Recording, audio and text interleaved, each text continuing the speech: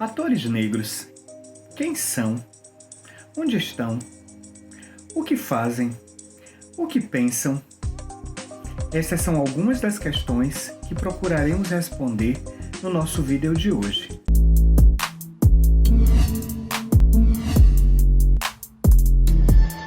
Everton é ator, diretor, professor, formado em licenciatura em teatro pela Universidade Federal da Bahia. Possui experiência em teatro, televisão e cinema. Também pela Universidade Federal da Bahia, Everton, além de licenciado em teatro, é mestre em artes cênicas, com a dissertação que tem como título Lucas Dantas, um herói de Búzios, a pedagogia do protagonismo no ensino do teatro em cumprimento à Lei 11.645/08. Atualmente, cursa o doutorado em Educação também na Universidade Federal da Bahia. Em países como o Brasil, colonizado por europeus e que optou por uma política de invisibilidade e negação de direitos às pessoas negras, dar voz a artistas negros e negras é um ato político. Chamá-los pelo nome e dar voz é uma atitude de resistência. Assim, sendo o Everton um homem negro e um corpo negro em cena, as suas percepções sobre o teatro são boas para pensar. Teatro é uma palavra que deriva do termo grego theatron, que significa lugar onde se vê. Então, primeiramente, o significado que é atribuído à palavra teatro é justamente esse local, esse espaço físico que é construído para que os espectadores possam ir contemplar a um espetáculo teatral. Porém, teatro também significa uma expressão das artes cênicas, que é justamente essa expressão da representação. Normalmente a gente ainda brinca. Para acontecer o teatro, não precisa existir o teatro.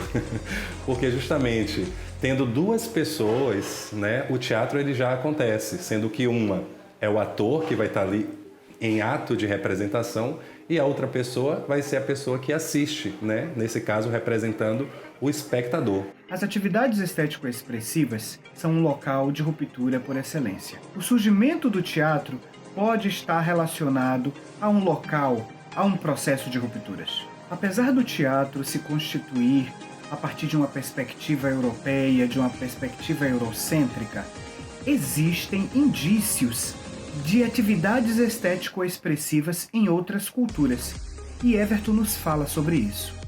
Esse teatro, tal qual a gente conhece, né, desse formato, ele tem origem na Grécia. Porém, a origem do teatro, né, ela se dá justamente a partir da experiência humana dos rituais. Mesmo na Grécia, onde a gente tem registros escritos de como o teatro ele começa a se desenvolver enquanto linguagem, né, a gente estuda que são nos rituais que essa experiência ela se desenvolve, pois é nos rituais em homenagem ao deus Dionísio, que é o deus da fartura, da colheita, do vinho. Então era nessas experiências, nesses rituais dionisíacos, né, que os elementos do teatro eles se encontraram. E num determinado momento da história, né, nas grandes dionisíacas, nesses rituais que aconteciam, nessas organizações, que o Thespis, né, ele rompeu esse esquema de coro que aconteciam nessas dionisíacas e assumiu esse lugar do personagem que dialoga com esse coro. Então ali, num determinado momento, ele resolve sair daquele coletivo, coloca a sua máscara e de frente a esse coro que pergunta, ele responde. E ali acontece o diálogo, né? E aí a gente tem um registro realmente do teatro tal qual a gente conhece até hoje. Mas se a gente for entender e estudar ainda mais sobre essa origem, entrar nos estudos, né, antropológicos, a gente vai ver que no Egito, por exemplo, já existiam organizações de rituais onde eles representavam ali Osíris, né, o deus Osíris. Então, naquelas representações apareciam ali organização tal qual se dá numa organização teatral, né, o uso dos elementos tal qual se dá ao uso dos elementos no teatro. A vida é feita de encontros. A vida é feita da caminhada. A vida é feita de processos, de experiências.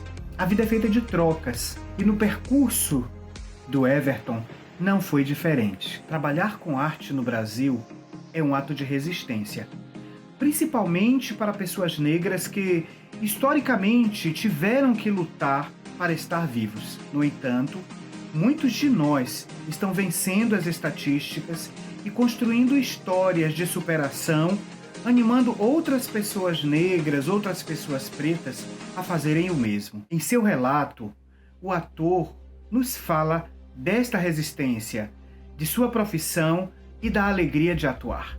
A minha primeira experiência com teatro aconteceu quando eu tinha 12 anos. E de lá até hoje eu não parei, de fazer teatro. Eu tive a oportunidade de fazer um curso que tinha aqui na minha comunidade, que era um curso para adolescentes, que buscava justamente esse processo de um ano, era um curso que durava um ano e tinha esse objetivo de formação do ator. Porém, ao entrar na universidade, a gente acaba passando para um outro lado, de reflexão, que é um lado que nos obriga a refletir sobre política, sobre cultura, sobre história e sobre o que nós representamos enquanto indivíduo, Foi na universidade justamente que eu me confronto com as minhas heranças étnicas, Foi lá na universidade que o ser negro se aflora de maneira mais intensa, me obrigando a me conhecer e entender o quanto eu significo dentro de uma história,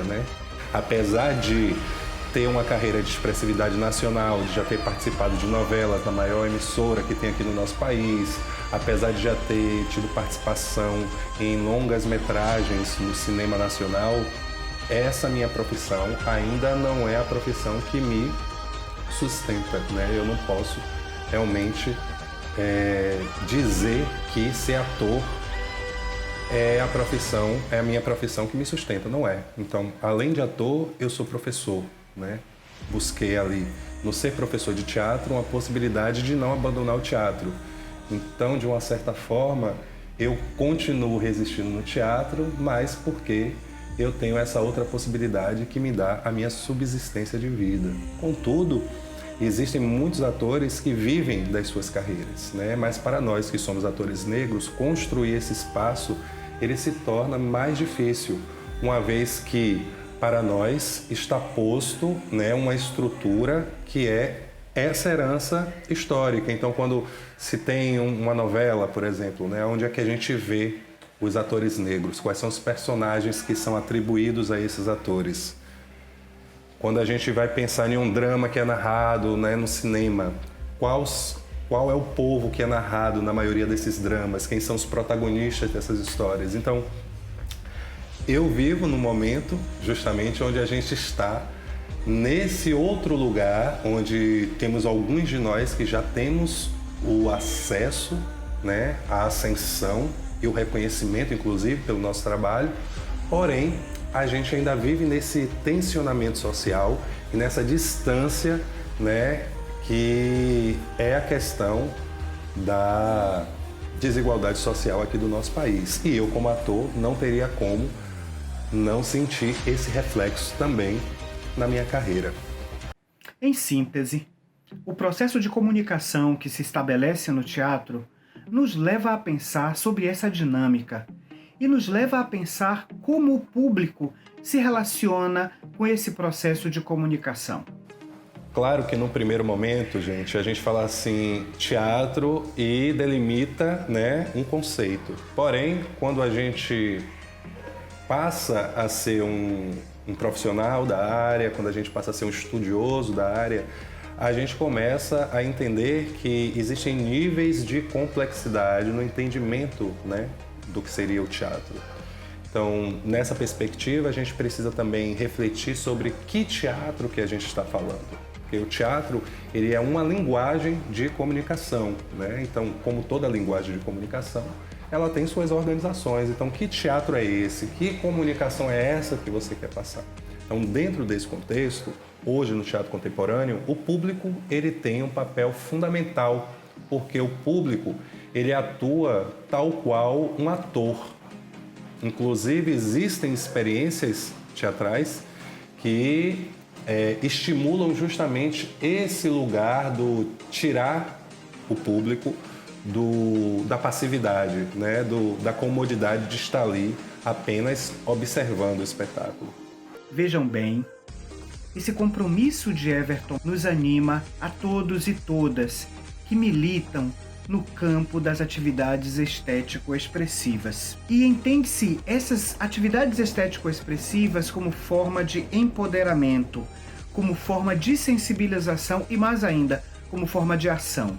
Nosso ator está vivendo hoje um momento de muita efervescência, de muita criatividade.